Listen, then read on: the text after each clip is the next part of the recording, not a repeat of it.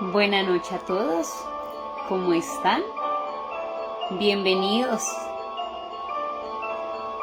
Vamos a esperar unos minutos, 2 minutos, a que se unan todos en esta noche de lectura.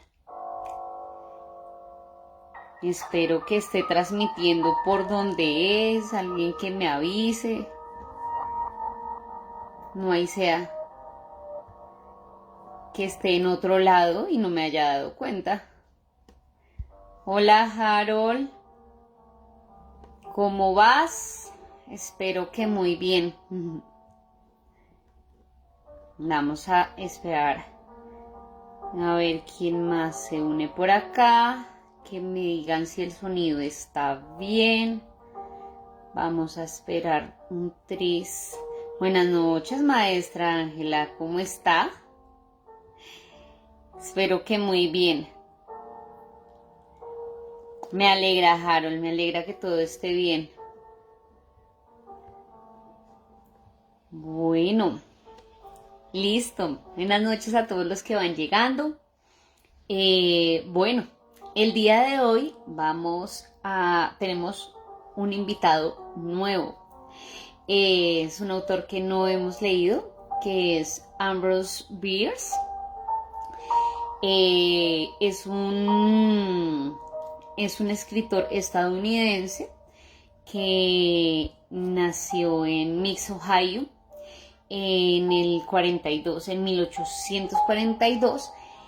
Y me alegra Alexa, hola Alexa.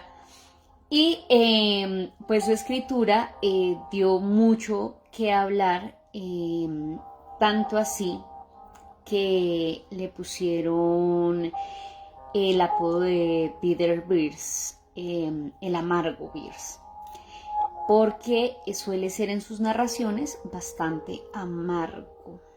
Esperemos que no nos deje un mal sabor de boca el día de hoy. De seguro no.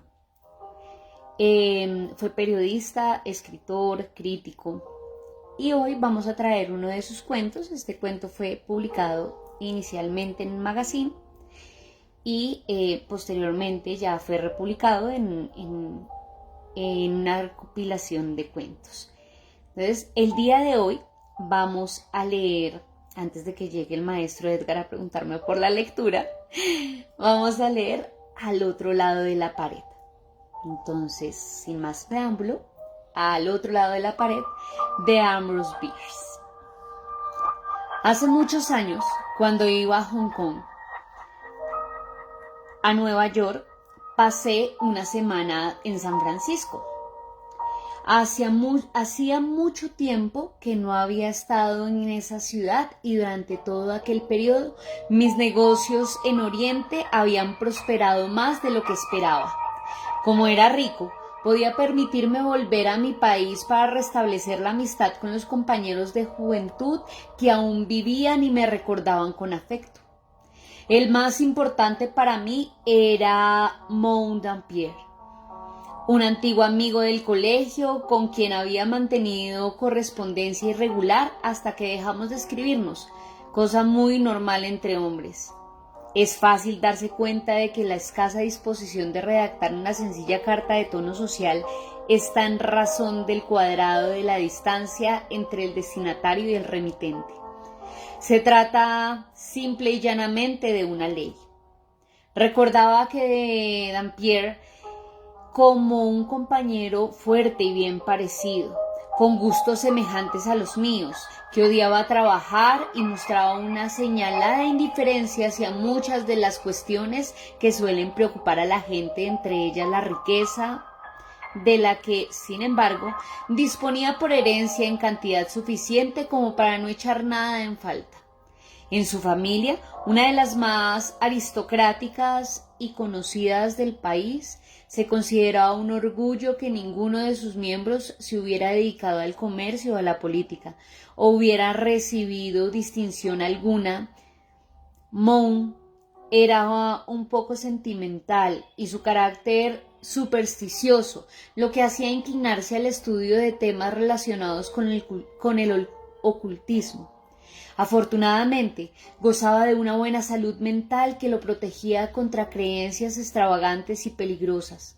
Sus incursiones en el campo de lo sobrenatural se mantenían dentro de la región conocida y considerada como certeza. La noche que lo visité había tormenta. El invierno californiano estaba en su apogeo. Una lluvia incesante regaba las calles desiertas y, al ser empujada por regulares ráfagas de viento, se precipitaba contra las casas con una fuerza increíble. El cochero encontró el lugar, una zona residencial escasamente poblada cerca de la playa, con dificultad. La casa, bastante fea, se elevaba en el centro de un terreno en el que, según pude distinguir en la oscuridad, no había ni flores ni hierba, 3 o 4 árboles que se combaban y crujían a causa del temporal.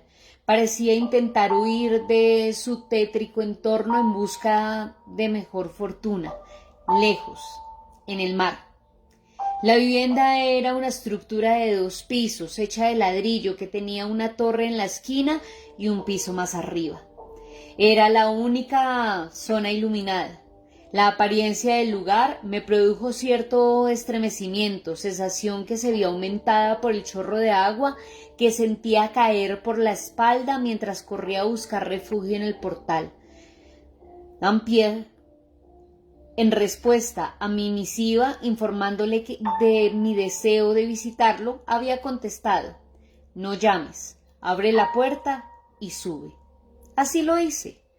La escalera estaba pobremente iluminada por una luz de gas que había al final del segundo tramo.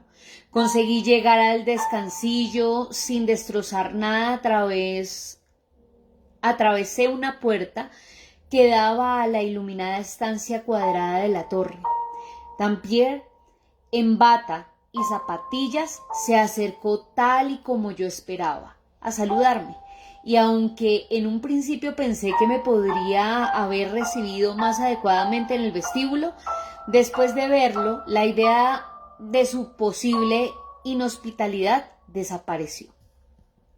No parecía el mismo. A pesar de ser de mediana edad, tenía canas y andaba bastante encorvado.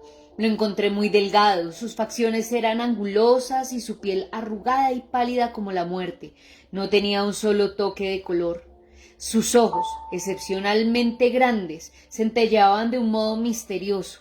Me invitó a sentarme y, tras ofrecerme un cigarrillo, manifestó con sinceridad obvia y solemne que estaba encantado de verme. Después tuvimos una conversación trivial, durante la cual me sentí dominado por una profunda tristeza al ver el gran cambio que había sufrido. Debió captar mis sentimientos porque inmediatamente dijo con una gran sonrisa: «Te he desilusionado, non sum qualis eram». Aunque no sabía qué decir, al final señalé: «No, ¿qué va? Bueno, no sé, tu latín sigue igual que siempre». Sonrió de nuevo. «No», dijo, «al ser una lengua muerta, esta particularidad va aumentando. Pero, por favor, ten paciencia y espera. Existe un lenguaje mejor en el lugar al que me dirijo». «¿Tendrías algún inconveniente en recibir un mensaje en dicha lengua?». Mientras hablaba, su sonrisa iba desapareciendo, y cuando terminó me miró a los ojos con una sinceridad que me produjo angustia. Sin embargo, no estaba dispuesto a dejarme llevar por su actitud ni a permitirle que descubriera lo profundamente afectado que me encontraba por su presagio de muerte. «Supongo que pasará mucho tiempo antes de que el lenguaje humano deje de sernos útil», observé. «Y para entonces su necesidad y utilidad habrá desaparecido». Mi amigo no dijo nada. Y como la conversación había tomado un giro desalentador y no sabía qué decir para darle un tono más agradable, también yo permanecí en silencio. De repente, de un momento en que la tormenta amainó y el silencio mortal contrastaba de un modo sobrecogedor con el estruendo anterior, oí un suave golpeteo que provenía del muro que tenía a mis espaldas. El sonido parecía haber sido producido por una mano, pero no como cuando se llama a una puerta para poder entrar, sino más bien como una señal acordada, como una prueba de la presencia de alguien en una habitación contigua. Creo que la mayoría de nosotros ha tenido más experiencias de este tipo de comunicación de las que nos gustaría contar. Miré a Dampier. Sí, había algo divertido en mi mirada. No debió captarlo. Parecía haberme olvidado y observaba la pared con una expresión que no soy capaz de definir, aunque la recuerdo como si la estuviera viendo. La situación era desconcertante. Me levanté con intención de marcharme. Entonces reaccionó. Por favor, vuelve a sentarte, dijo. No ocurre nada. No hay nadie ahí. El golpeteo se repitió con la misma insistencia lenta y suave de la primera vez. Lo siento, dije, es tarde. ¿Quieres que vuelva mañana? Volvió a sonreír, esta vez un poco mecánicamente. Es muy gentil de tu parte, pero completamente innecesario. Te aseguro que esta es la única habitación de la torre y no hay nadie ahí. Al menos... Dejó la frase sin terminar. Se levantó y abrió una ventana. Única abertura que había en la pared de la que provenía el ruido. Mira. Sin saber qué otra cosa podía ser, lo seguí hasta la ventana y me asomé. La luz de una farola cercana permitía ver claramente a través de la oscura cortina de agua que volvía a caer a raudales, que no había nadie. Ciertamente no había otra cosa que la pared totalmente desnuda de la torre. Dampier cerró la ventana, señaló mi asiento y volvió a tomar posesión del suyo. El incidente no resultaba en sí especialmente misterioso. Había una docena de explicaciones posibles, ninguna de las cuales se me había ocurrido todavía. Sin embargo, me impresionó vivamente el hecho de que mi amigo se esforzara por tranquilizarme, pues ello daba al suceso una cierta importancia y significación. Había demostrado que no había nadie, pero precisamente eso era lo interesante, y no lo había explicado todavía. Su silencio resultaba irritante y ofensivo. Querido amigo, dije, me temo que con cierta ironía, no estoy dispuesto a poner en cuestión tu derecho a hospedar a todos los espectros que desees de acuerdo con tus ideas de compañerismo. No es de mi incumbencia. Pero como solo soy un simple hombre de negocios, fundamentalmente terrenales, no tengo necesidad alguna de espectros para sentirme cómodo o tranquilo. Por ello, me marcho a mi hotel, donde los huéspedes aún son de carne y hueso. No fue una alocución muy cortés, lo sé, pero mi amigo no manifestó ninguna reacción especial hacia ella. Te ruego que no te vayas, observó. Agradezco mucho tu presencia. Admito haber escuchado un par de veces con anterioridad lo que tú acabas de oír esta noche. Ahora sé que no eran ilusiones mías y esto es verdaderamente importante para mí, más de lo que te imaginas.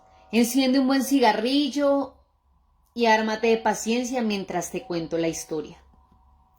La lluvia volvía a arreciar, produciendo un rumor monótono que era interrumpido de vez en cuando por el repentino azote de las ramas agitadas por el viento. Era bastante tarde, pero la compasión y la curiosidad me hicieron seguir con atención el monólogo de Dampier, a quien no interrumpí ni una sola vez desde que empezó a hablar. Hace 10 años, comenzó. Estuve viviendo en un apartamento en la planta baja de una de las casas adosadas que hay al otro lado de la ciudad, en Rincon Hill. Esa zona había sido una de las mejores de San Francisco, pero había caído en desgracia, en parte por el carácter primitivo de su arquitectura no apropiada para el gusto de nuestros ricos ciudadanos, y en parte porque ciertas mejoras públicas le habían afectado. La hilera de casas, en una de las cuales yo habitaba, estaba un poco apartada de la calle. Cada vivienda tenía un diminuto jardín separado de los vecinos por unas cercas de hierro y dividido con precisión matemática por un paseo de gravilla bordeado de Borges, que iba desde la verja a la puerta. Una mañana, cuando salía, vi a una chica joven entrar en el jardín de la casa izquierda. Era un caluroso día de junio y llevaba un ligero vestido blanco, un ancho sombrero de paja decorado al estilo de la época, con flores y cintas. Colgaba de sus hombros. Mi atención no estuvo mucho tiempo centrada en la exquisita sencillez de sus ropas, pues resultaba imposible mirarla a la cara sin advertir algo sobrenatural. Pero no temas, no voy a deslucir su imagen describiéndola. Era sumamente bella. Toda la hermosura que yo había visto o soñado con anterioridad encontraba su expresión en aquella inigualable imagen viviente creada por la mano del artista divino. Me impresionó tan profundamente que sin pensar en lo impropio del acto, descubrí mi cabeza, igual que haría un católico devoto o un protestante de buena familia ante la imagen de la Virgen. A la doncella no parecía disgustarle mi gesto. Me dedicó una mirada con sus gloriosos ojos oscuros que me dejó sin aliento, y sin más entró en la casa. Permanecí inmóvil por un momento, con el sombrero en la mano, consciente de mi rudeza y tan dominado por la emoción que la visión de aquella belleza incomparable me inspiraba que mi penitencia resultó menos dolorosa de lo que debía haber sido. Entonces reanudé mi camino, pero dejé el corazón en aquel lugar. Cualquier otro día habría permanecido fuera de la casa hasta la caída de la noche, pero aquel, a eso de la media tarde, ya estaba de vuelta en el jardín, interesado por aquellas pocas flores sin importancia que nunca antes me habían detenido a observar. Mi espera fue en vano. La chica no apareció. Aquella noche de inquietud le siguió un día de expectación y desilusión, pero al día siguiente, mientras caminaba por el barrio sin rumbo, me la encontré. Desde luego no volví a hacer la tontería de descubrirme, ni siquiera me atreví a dedicarle una mirada demasiado larga para expresar mi interés. Sin embargo, mi corazón latía aceleradamente.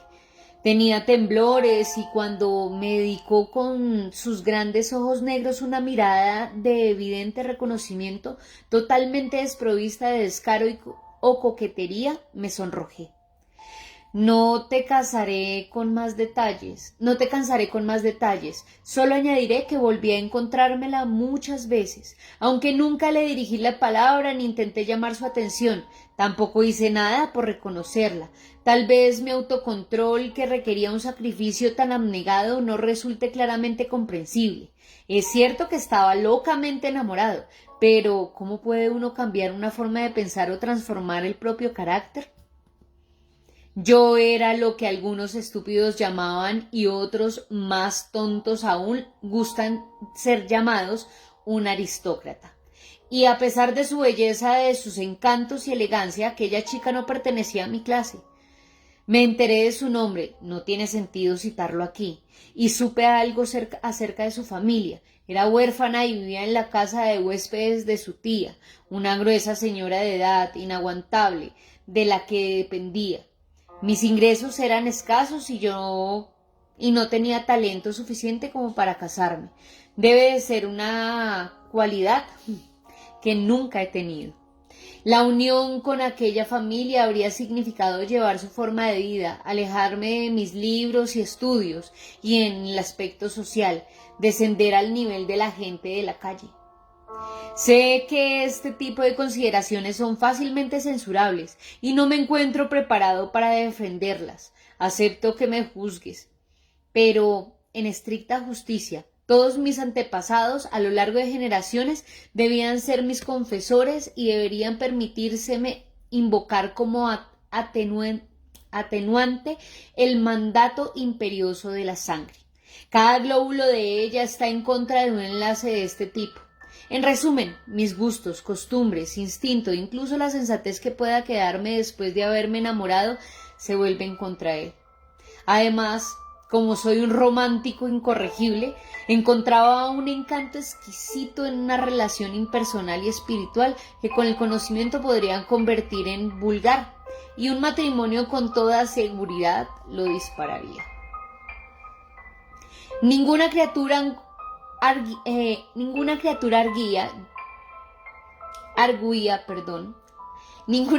arguía yo, podría ser más encantadora que esta mujer. El amor es un sueño delicioso. Entonces, ¿por qué razón iba yo a procurar mi propio despertar? Al comportamiento que se le deducía de toda esta apreciación y parecer era obvio, mi honor, orgullo y prudencia, así como la conservación de mis ideales, me ordenaba huir. Pero me sentía demasiado débil para ello. Lo más que podía hacer, y con gran esfuerzo, era dejar de ver a la chica. Y eso fue lo que hice. Evité incluso los encuentros fortuitos en el jardín. Abandonaba la casa solo cuando sabía que ella ya se había marchado a sus clases de música y volvía después de la caída de la noche. Sin embargo, era como si tuviera un trance. Daba rienda suelta a mis imaginaciones más fascinantes y toda mi vida intelectual estaba relacionada con ellas. Ah, querido amigo, tus acciones tienen una relación tan clara con la razón que no puedes imaginarte el paraíso de locura en el que viví. Una tarde, el diablo me hizo ver que era un idiota. Redomado, pero idiota. A través de una conversación desordenada y sin buscarlo, me enteré por la cotilla de mi casera que era la habitación de la joven que la habitación de la joven estaba al lado de la mía, separada por una pared medianera. Llevado por un impulso torpe y repentino, di unos golpecitos suaves en la pared. Evidentemente no hubo respuesta, pero no tuve humor suficiente para aceptar un rechazo. Perdí la cordura y repetí esa tontería, esa infracción que de nuevo resultó inútil, por lo que tuve el decoro de desistir. Una hora más tarde, mientras estaba concentrado en algunos de mis estudios sobre el infierno, oí, o al menos creí oír, que alguien contestaba a mi llamada. Dejé caer los libros y de salto me acerqué a la pared donde con toda firmeza que mi corazón me permitía di 3 golpes. La respuesta fue clara y contundente. 1, 2, 3. Una exacta repetición de mis toques. Eso fue todo lo que pude conseguir, pero fue suficiente, demasiado diría yo. Aquella locura continuó a la tarde siguiente y en adelante durante muchas tardes, y siempre era yo quien tenía la última palabra. Durante todo aquel tiempo me sentí completamente feliz, pero con la terquedad que me caracteriza me mantuve en la decisión de no ver a la chica. Un día, tal y como era el esperar, sus contestaciones cesaron. Está enfadada, me dije, porque cree que soy tímido o no me atrevo a llegar más lejos. Entonces decidí buscarla y conocerla. Y bueno, ni supe entonces, ni sé ahora, lo que podría haber resultado de todo aquello. Solo sé que pasé días intentando encontrarme con ella, pero todo fue en vano. Resultaba imposible verla o oírla. Recorrí infructuosamente las calles en las que antes nos habíamos cruzado. Vigilé el jardín de su casa desde mi ventana, pero no la vi ni entrar ni salir. Profundamente abatido, pensé que se había marchado, pero no intenté aclarar mi duda preguntándole a la casera, a la que tenía una tremenda ojeriza desde que me habló de la chica con menos respeto del que yo consideraba apropiado. Y llegó la noche fatídica. Rendido por la emoción, la indecisión y el desaliento, me acosté temprano y conseguí conciliar un poco el sueño. A medianoche hubo algo, un poder maligno empeñado en acabar con mi paz para siempre, y me despertó y me hizo incorporarme para prestar atención a no sé muy bien qué. Me pareció oír unos ligeros golpes en la pared, el fantasma de una señal conocida. Un momento después se repitieron. 1, 2, 3, con la misma intensidad que la primera vez, pero ahora un sentido de un sentido alerta y en tensión los recibía. Estaba a punto de contestar cuando el enemigo de la paz intervino de nuevo en mis asuntos con una pícara sugerencia de venganza. Como ella me había ignorado cruelmente durante mucho tiempo, yo le pagaría con la misma moneda. ¡Qué tontería! Que Dios sepa perdonármela. Durante el resto de la noche permanecí despierto, escuchando y reforzando mi obstinación con cínicas justificaciones. A la mañana siguiente, tarde al salir de casa, me encontré con la casera que entraba. «Buenos días, señor Jean-Pierre», dijo. «¿Se ha enterado usted de lo que ha pasado?» Le dije que no, de palabra, pero le di a entender con el gesto que me daba igual lo que fuera. No debió captarlo porque continuó. «¿A la chica enferma de al lado? ¿Cómo? ¿No ha oído nada? Llevaba semanas enferma y ahora...» Casi salto sobre ella. «¿Y ahora?», grité. «¿Y ahora qué?».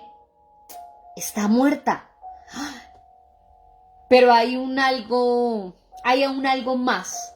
A mitad de la noche, según supe más tarde, la chica se había despertado de un largo estupor tras una semana de delirio y había pedido, este fue su último deseo, que llevaran su cama al extremo opuesto de la habitación. Los que la cuidaban consideraron la petición un desvío más de su delirio, pero accedieron a ella, y en ese lugar aquella pobre alma agonizante había realizado la débil aspiración de intentar restaurar una comunicación rota, un dorado hilo de sentimiento entre su inocencia y mi vil monstruosidad, que se empañaba en profesar una lealtad brutal y ciega a la ley del ego. ¿Cómo podía reparar mi error? ¿Se puede? Misas por el descanso de las almas, que en noches como esta están lejos por espíritus que son llevados de acá para allá por vientos caprichosos y que aparecen en la tormenta y en la oscuridad con signos y presagios que sugieren recuerdos y augurios de condenación. Esta ha sido su tercera visita. La primera vez fui escéptico y verifiqué por métodos naturales del carácter del incidente. La segunda respondí a los golpes, varias veces repetidos, pero sin resultado alguno. Esta noche se completa la triada fatal de la que habla Parapelius Necromantius. Es todo lo que puedo decir. Cuando hubo terminado su relato, no encontré nada importante que decir y preguntar habría sido una impertinencia terrible. Me levanté y le di las buenas noches de tal forma que pudiera captar la compasión que sentía por él. En señal de agradecimiento me dio un silencioso apretón de manos. Aquella noche, en la soledad de su tristeza y remordimiento, entró en el reino de lo desconocido. Ambrose Bierce, 1842-1914. Bueno, hemos llegado al final de nuestro cuento. Espero que les haya gustado. Realmente, al estar en silencio leyendo, escuché esta tarde unos golpes en la pared. Y recordé que esos golpes pueden venir no solamente de mis vecinos, sino del más allá. Así que me acordé de Ambrose Bierce y quise traerlo para ustedes el día de hoy. Así que espero que les haya gustado. Buena noche a los que nos acompañaron, a los que llegaron hasta acá. Harold, que tengas buena noche. Alexa, gracias por acompañarnos. Maestro Jorge, por aquí siempre bienvenido. Maestra Luz Ángela, muchas gracias por el community. Alejandro Torres, Yurani, Juliet Pulido, hola, ¿cómo vas? Fran, buena noche. Espero que tengan dulces sueños y que no les golpeen en la pared. Que descansen.